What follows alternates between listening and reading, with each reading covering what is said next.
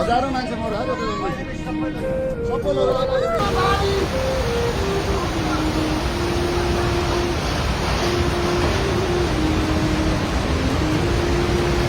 यो त जम्मै गयो यार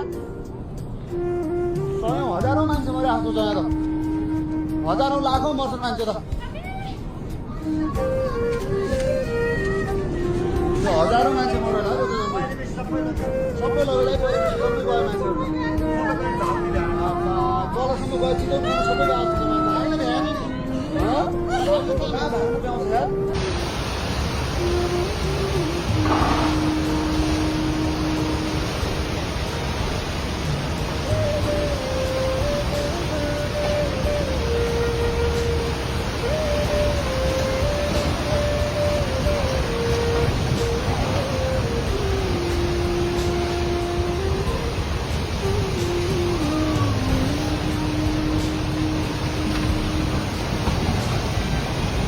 हरेक जुन तिब्बतबाट नेपाल हुँदै प्रवेश गर्ने नदीहरूको तटबन्ध क्षेत्र एरियामा बस्तीहरू लगायतका सम्पूर्ण रोडहरू पुलहरूलाई यसरी भइरहेको छ।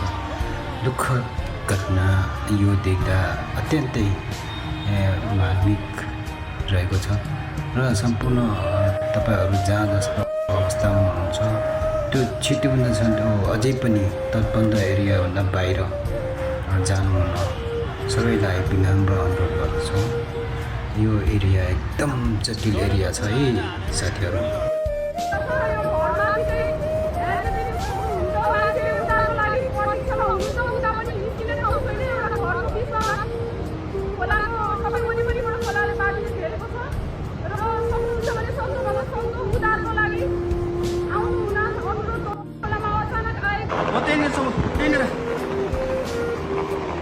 त्यही गर्न छ दुईजना त्यसमा हेर्नु